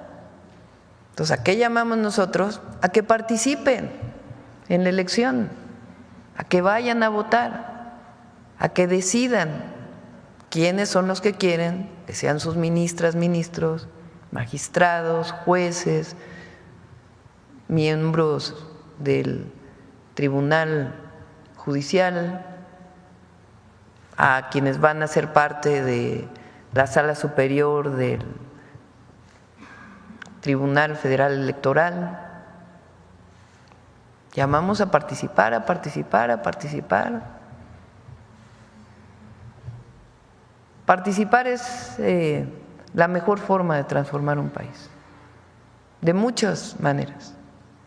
Entonces respetamos a quien llaman a no votar, pero los argumentos que usan pues son muy débiles, no tienen sustento. Entonces que se participe libremente y que la gente decida. Y va a ser mejor el Poder Judicial que llegue que lo que tenemos ahora. Eso por mucho. Gubernamentales o recursos públicos para… Pero no, ¿dónde dicen que hay estructuras? O sea, ¿dónde está la prueba de que hay estructuras gubernamentales? ¿Hay documentos del gobierno capitalino de que se han usado recursos públicos? Pues sí, hay una denuncia de que algún funcionario público, algún servidor público está utilizando algún recurso. Pues hay las instancias, está el INE, está el tribunal. Pues por supuesto que no estamos de acuerdo en que se usen recursos públicos para ello, pero no he visto las notas que salen y no hay ninguna demostración. Vi un video que de una chica decía que le pagaban para repartir unos papelitos, pero bueno, si hay pruebas, pues que se presente la denuncia. Obviamente nosotros siempre nunca hemos estado a favor, por decirlo de otra manera, de que se usen recursos públicos, ¿no? Y que se vote libremente. Segunda pregunta, Presidenta. preguntarle si hay la posibilidad de que el Estado mexicano que usted representa pudiera crear alguna institución o algún colectivo de instituciones que protejan a personas de la tercera edad. Están en riesgo y han estado en riesgo, principalmente por la nobleza de su corazón.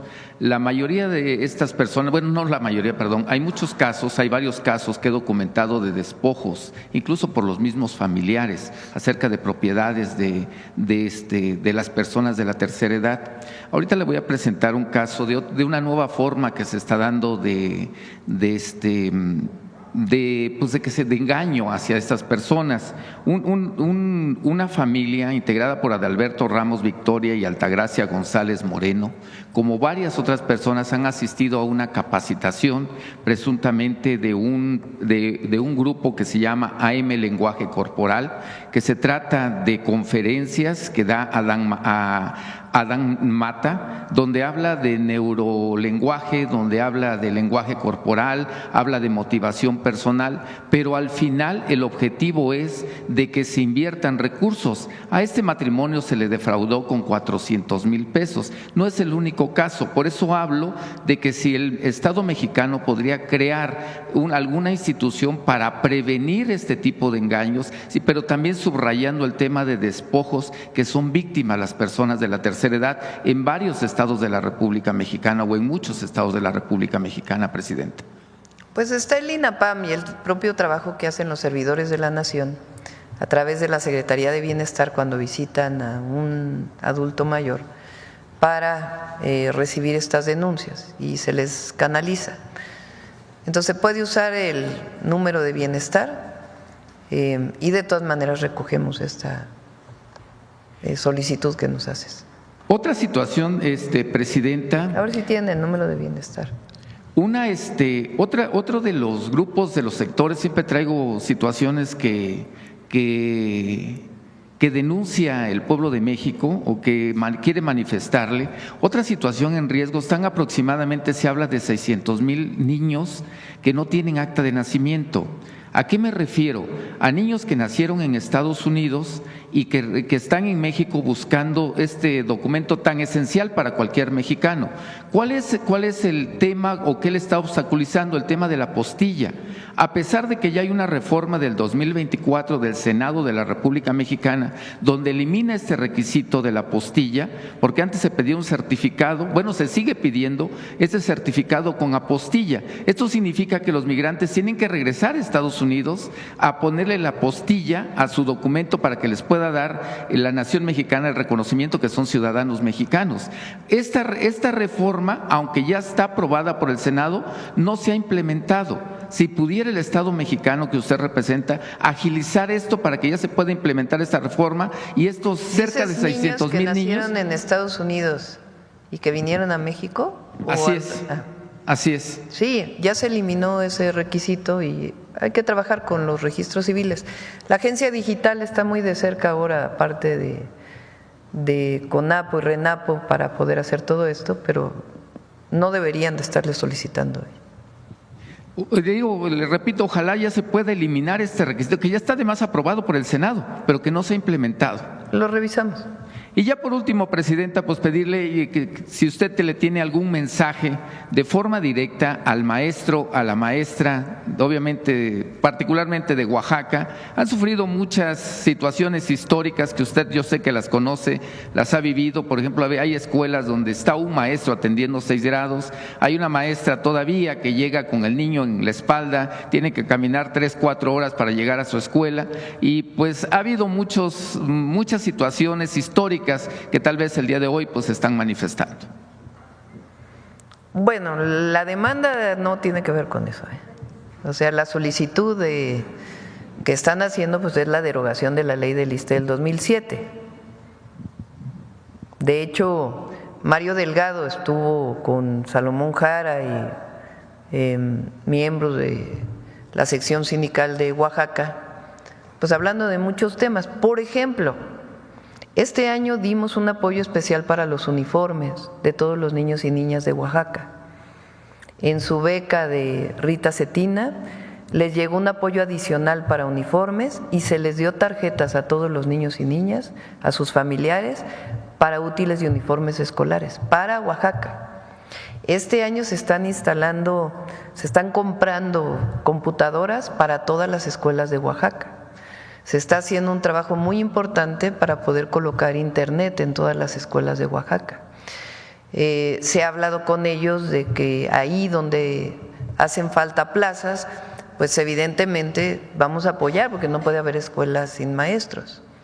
Entonces, eso ha sido un diálogo permanente desde que llegamos al gobierno y fue con el presidente López Obrador y ahora con nosotros. Pero la demanda que están pidiendo ahora, pues es la derogación del 2007. Y ahí lo que hemos dicho es, con el Fondo de Pensiones para el Bienestar, se recuperan las pensiones de las y los maestros. Eso es lo que hemos dicho. Entonces, en muchos sentidos se echó para atrás la reforma del 2007 con el Fondo de Pensiones para el Bienestar, porque en el monto de las pensiones ya se van a poder retirar con el monto de su salario igual a su pensión, si es que ganan el salario medio del IMSS o menos. Entonces, porque una cosa es una cosa y otra cosa es otra cosa. Gracias, presidenta. Buenos días. Olga Ojeda Lajud, corresponsal del periódico Imagen de Veracruz y Diario del Istmo. Presidenta, bueno, a la luz de la resolución de la Suprema Corte de Justicia de la Nación este pasado 26 de mayo, que ratifica la transferencia del control de los puertos a la Secretaría de Marina y también para fortalecer la seguridad y optimizar la administración portuaria. Y bueno, y considerando también la reciente destitución de 3 altos funcionarios de la aduana en Tampico por ese decomiso enorme de huachicol, me gustaría conocer cómo considera que el liderazgo de la Marina abordará los problemas de la corrupción y crimen organizado en los puertos mexicanos y para garantizar una gestión eficiente y segura. Ha sido muy importante la participación de la Marina, de lo que eran pues las antiguas concesiones de los puertos a lo que hoy son las asiponas. Por cierto, el próximo martes no viene seguridad, lo vamos a pasar hasta el otro martes para poder tener los datos de abril, perdón, de mayo, ya estoy en abril, de mayo cerrados, para poder dar la información completa de mayo. Este martes regresa Salud nuevamente y hasta el otro viene Seguridad. Y ahí el almirante secretario les puede dar pues toda la información de los conocimientos y cómo el conocimiento de la Marina pues ha permitido una mejor administración de las asiponas. Entonces ha sido muy importante la participación de la Marina. Su opinión, o sea, es… ¿prefiere que esperemos a que nos dé la opinión? ¿O me gustaría saber su opinión? No, pues yo estoy de acuerdo en que la Marina administre los puertos. Qué bueno, que lo que había antes pues era pura corruptela, pues estaban concesionados un montón de, pues hasta de políticos del pasado. Entonces ahora se recupera. Y estamos trabajando mucho en aduanas. Yo me reúno cada mes con los responsables de las aduanas de todo el país. Una parte las tiene la Secretaría de la Defensa Nacional y otra parte Marina, sus responsables. Están dirigidos por la Agencia Nacional de Aduanas que coordina Rafael Marín, pero las aduanas tienen como responsable a un elemento retirado, en general, de la Marina o de la Defensa. Hemos aumentado la recaudación en lo que va de nuestras, nada más de este año, en 100,000 millones de pesos de aduanas, 100,000 millones de pesos. Y va a seguir aumentando. Y entonces lo que hacemos en las reuniones es que decimos, a ver, aduana de Matamoros, ¿cuánto recaudabas el año pasado? ¿Cuánto estás recaudando ahora? ¿Cuántos pedimentos han llegado? ¿Han disminuido los pedimentos o no han disminuido los pedimentos? ¿Qué problemas tienes? Así, aduana por aduana. Aparte de la revisión general que hace la Agencia Nacional de Aduanas y pues de los centros de control y de los propios controles que se tienen que seguir de la propia agencia. A nosotros lo que nos interesa pues es que obviamente se administren honestamente. También viene un cambio, ya lo vamos a presentar, pero en septiembre, a la ley de aduanas, porque pues todavía había muchas fugas ahí, aunque se hizo mucho con el presidente López Obrador, aumentó la recaudación en aduanas. Fíjense, la recaudación en aduanas es de más de $1 billón. Con el presidente López Obrador aumentó de 1 billón a 1.250.000. Y nosotros ya tenemos 100,000 millones más. Y la posibilidad de recaudar, como siempre lo dije, es todavía más, con controles y eficiencia también, porque no se trata de meter controles para hacer más lento el paso en las aduanas, al contrario. ¿Y combate a la corrupción? Combate a la corrupción. Muy bien. Por otro lado, Presidenta, en Las Chuapas, en Veracruz, personal de enfermería y del programa de bienestar dedicado a realizar el censo de salud casa por casa, pues fue confrontado, ¿no?, por simpatizantes de Movimiento Ciudadano, encabezado por Jesús Uribe. Ellos acusaron de realizar proselitismo, ¿no?, por hacer este tipo de censos. Me gustaría saber su opinión sobre, más que nada, qué estrategias se van a implementar, ¿no?, para garantizar que los operativos de salud pues no estén relacionados, no tengan ningún tipo de obstáculos, ni sean malinterpretados como actividades proselitistas en procesos electorales o que generen confrontaciones. ¿Tienen alguna estrategia para controlar esto? Estoy pensando qué puedo decir y qué no, porque el domingo es la elección allá en Veracruz. Claro.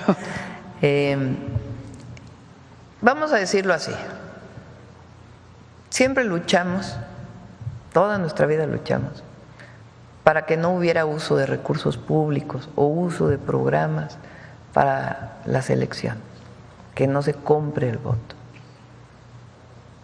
Hoy que estamos en la presidencia, pues vamos a seguir en contra de eso no va a cambiar. Entonces, si hay una práctica de esa, pues que se sancione, pero no deben usarse recursos públicos. Ya, lo demás lo podemos platicar después. Ok, muy bien. Muchas gracias, Presidenta. Bueno, por otro lado, el director de Pemex, Víctor Rodríguez Padilla, ha mencionado esta reducción de personal de confianza de la paraestatal. Si bien no son despidos masivos, como se ha manifestado en algunos medios de comunicación, pues sí me gustaría saber qué criterios se van a emplear para determinar el recorte de personal de confianza de Pemex y si se contempla algún mecanismo para aprovechar el talento y la experiencia de estos empleados en otras áreas estratégicas de la empresa, ¿no?, del sector público. Bueno, en todos los casos, si hay una persona que por ajustes de la estructura de la organización o de la institución disminuyen, como fue el caso del INAI, como será el caso de COFESE y otros organismos autónomos que desaparecen, pues tiene que haber las condiciones de ley para todas las personas y el apoyo que se pueda dar. Si algunos de ellos pueden participar en alguna otra actividad, pues se ve esa posibilidad, pero tienen que tener su liquidación y de acuerdo a la ley, en particular en Pemex, pues tiene sus propias condiciones aun cuando sean de confianza. Lo que sí vamos a hacer, y es parte de las modificaciones a las leyes que hicimos, es que Pemex se va a integrar verticalmente de nuevo. Lo he dicho aquí varias veces.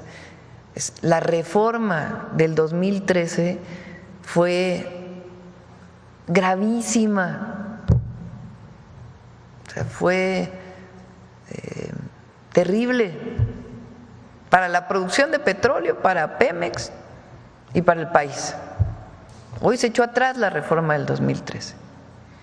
Y entre otras cosas lo que vamos a hacer, fíjense, Pemex son 4 subsidiarias y 40 filiales.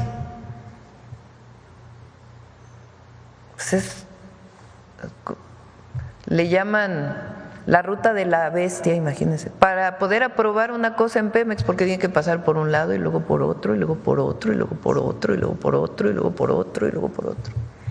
Pues eso no puede ser. Pues tiene que eficientizarse todos los procesos, y lo que se va a hacer es disminuir, para que sea una estructura pública, porque Pemex es público, es del pueblo de México, pero más eficiente. Y si hay personas ahí pues que ya por la estructuración no van a mantener su empleo, pues se buscará otras opciones, y si no, siempre tendrán pues el apoyo de ley que se tiene que dar. Pero bueno, entonces si se ve un talento que se pueda reacomodar, sí se hará. Sí. Y ya como último, Presidenta, no quiero sonar reiterativa, pero bueno, usted, las elecciones en Veracruz también van a ser municipales, usted sabe todo esto que ha generado la violencia a candidatos. Entonces, nada más me gustaría, si es posible, que envíe un mensaje. Sí, pero ya no me meto, porque a todo el pueblo de México. A todo el pueblo. Que participe el domingo. Gracias. Y hay apoyo de la Guardia Nacional en Veracruz y en Durango, en todo el país, pero particularmente ahí donde va a haber elección a presidentes municipales tienen el apoyo. Muchas gracias. Sí. Ya la última, ahora sí nos fuimos completitos. Sí, buenos días, Presidenta, buenos días para los funcionarios, la secretaria que le acompañan, Demián Duarte de Sonora Power. Presidenta, bueno, ya se abordaron muchos temas nacionales, así que me voy a enfocar a temas más de mi región.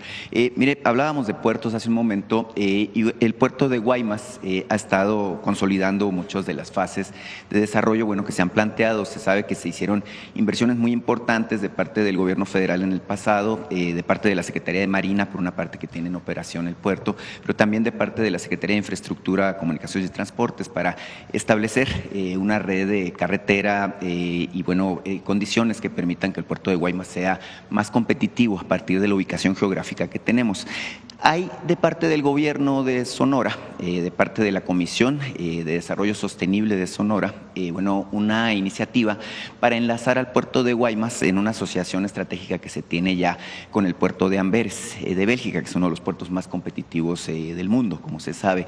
El plan es prácticamente convertir al puerto de Guaymas en el hub logístico más importante a nivel portuario de lo que es el Pacífico mexicano, con enlaces justamente a distintos puertos de todo el mundo. Se habla de 100 puertos en 38 países que pudieran ser enlazados.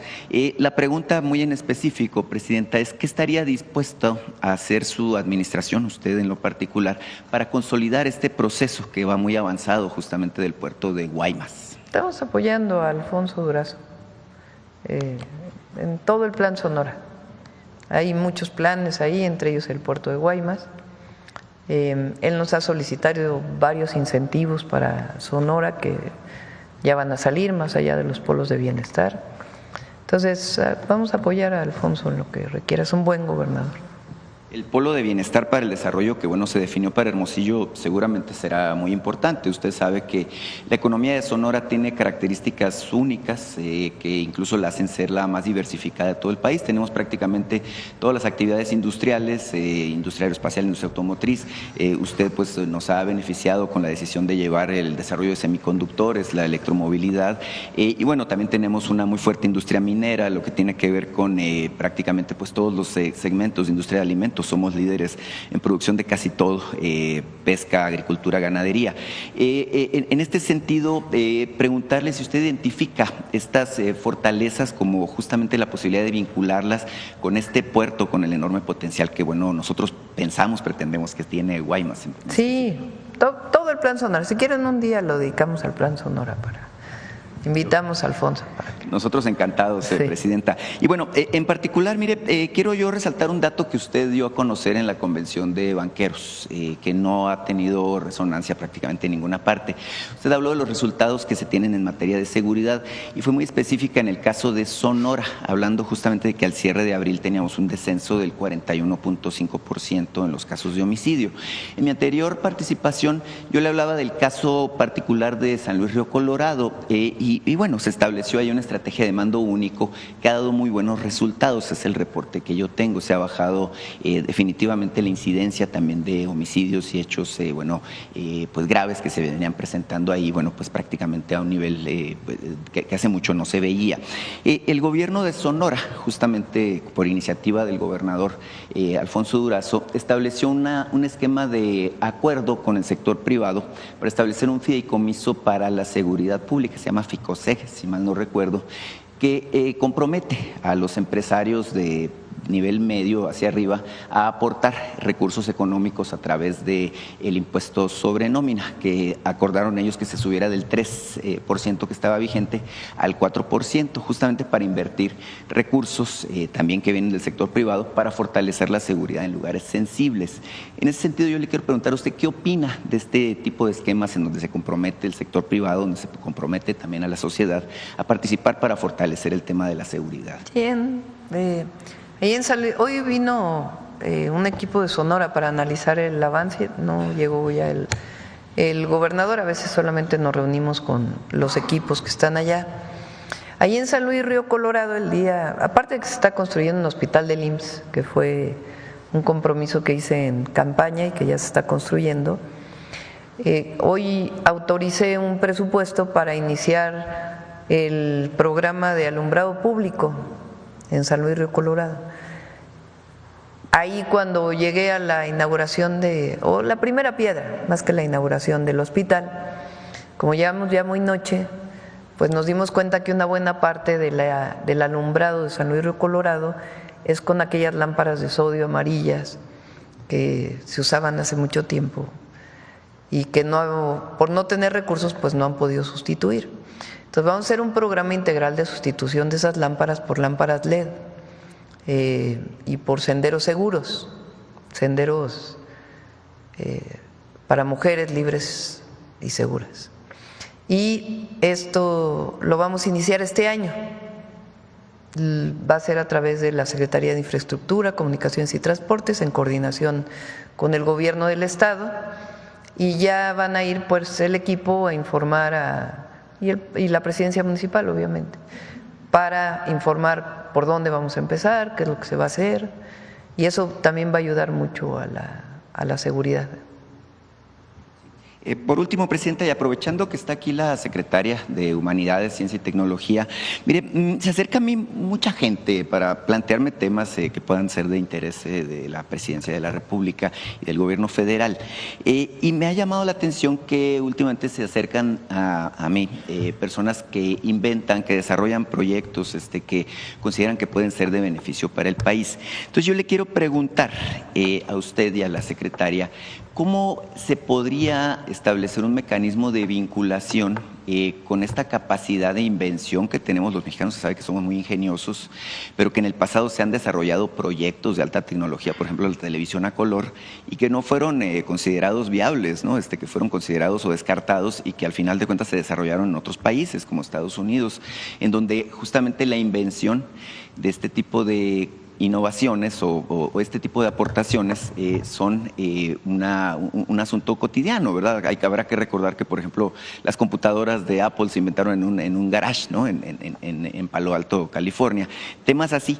Y mire, en particular me llamó la atención un par de hermanos de San Luis Potosí que se acercaron a su servidor, José y Marco Contreras se llaman, que me dicen que han desarrollado y tienen patentado incluso ya en Estados Unidos, pero lo quieren aportar para desarrollo de México, un sistema que aprovecha la energía cinética que genera el movimiento de rotación de la Tierra para generar electricidad, esto en entornos cerrados. ¿Cómo? O sea, aprovecha la energía, el movimiento de la Tierra, el movimiento de rotación, para generar electricidad a partir de un principio de energía que se genera a partir del movimiento, es decir, de la cinética.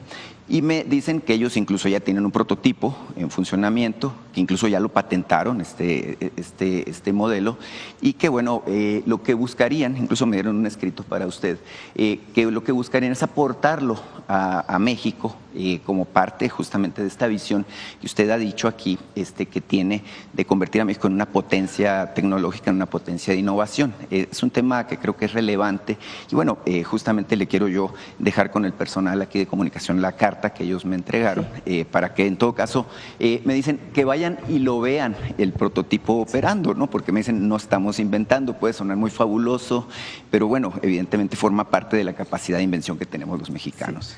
Bueno, en la Secretaría recientemente creada por la Presidenta a partir de CONACYT, estamos trabajando precisamente, entre otros muchos proyectos, en la vinculación con los inventores. Incluso en esas últimas convocatorias que presentamos para diferentes tipos de proyectos, algunos tienen que ver exactamente con ese tema. No se habían sacado antes y es una innovación que nos pidió la doctora Sheinbaum, de precisamente relacionarnos con inventores y apoyarlos para que terminen, para que, por ejemplo, se apoyen en diferentes investigadores en forma en grupo, de mil maneras, pero el chiste es que hay recursos en la convocatoria que acabamos de sacar para eso, para que inventores terminen su objeto, su aparato, su medicamento, lo que estén trabajando y con el apoyo de la Secretaría, con el apoyo de instituciones de investigación y también con COFEPRIS inclusive, que los va a estar guiando para que esa innovación cumpla con los requisitos que tiene que tener y desde que, aunque todavía no lo terminen, esa es la parte importante. Los que ya están finalizados, pues nos los pueden presentar y entonces vemos qué sigue. A lo mejor ya les toca directamente ir a COFEPRIS, por ejemplo. Pero los que están en proceso, hay diferentes procesos para que un objeto se convierta realmente en una innovación que pueda ser comercializada, por ejemplo, para hacer primero la patente y luego la comercialización. Lo que insisto es, hay proyectos, hay convocatoria en lo que era CONACYT, que ahora es la Secretaría, para apoyar a esos inventores. Claro que sí. Y estamos trabajando, por supuesto, con las universidades. Casi muchas universidades tienen una oficina de vinculación para apoyar a estos procesos, ¿no?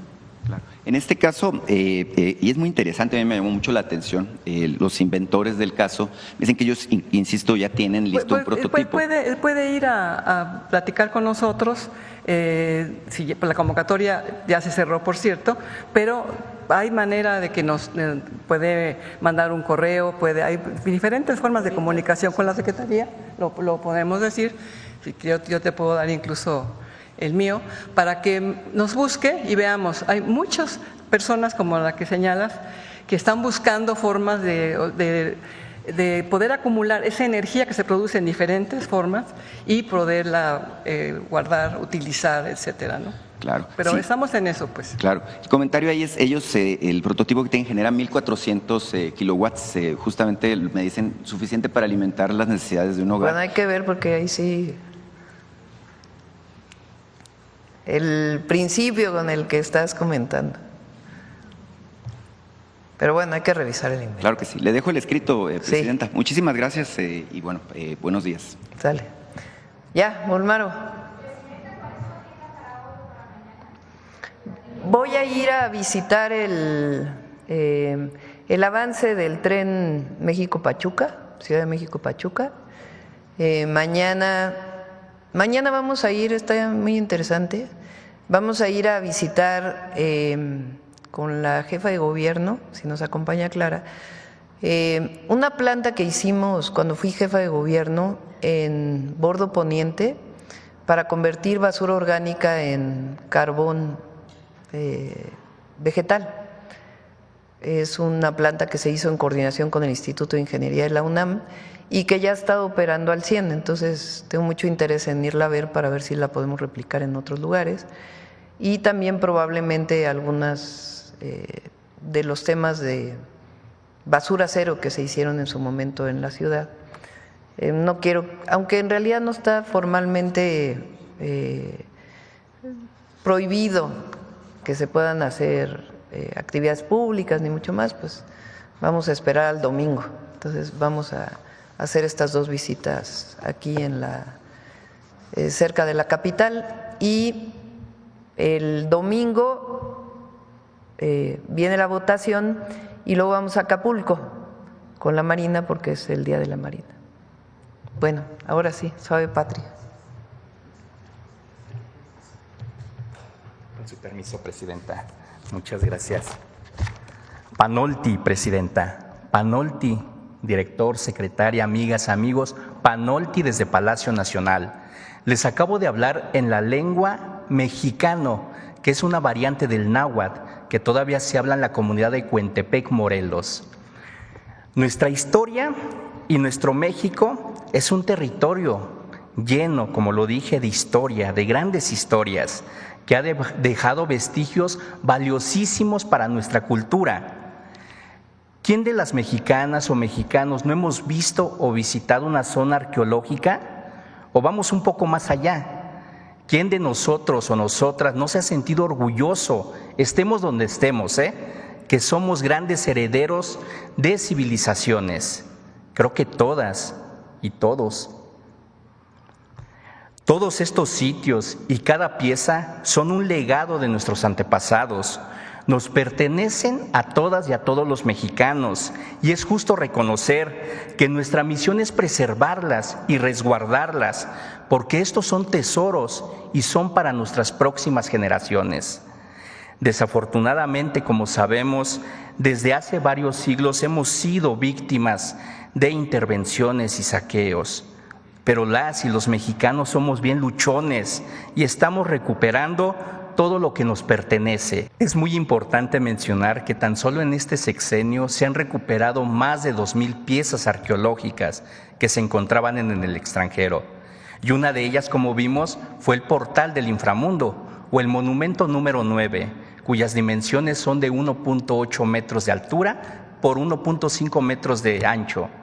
Este portal conglomera figuras complejas como elementos felinos, en este caso el jaguar, y símbolos asociados con la tierra, con la lluvia y el fuego.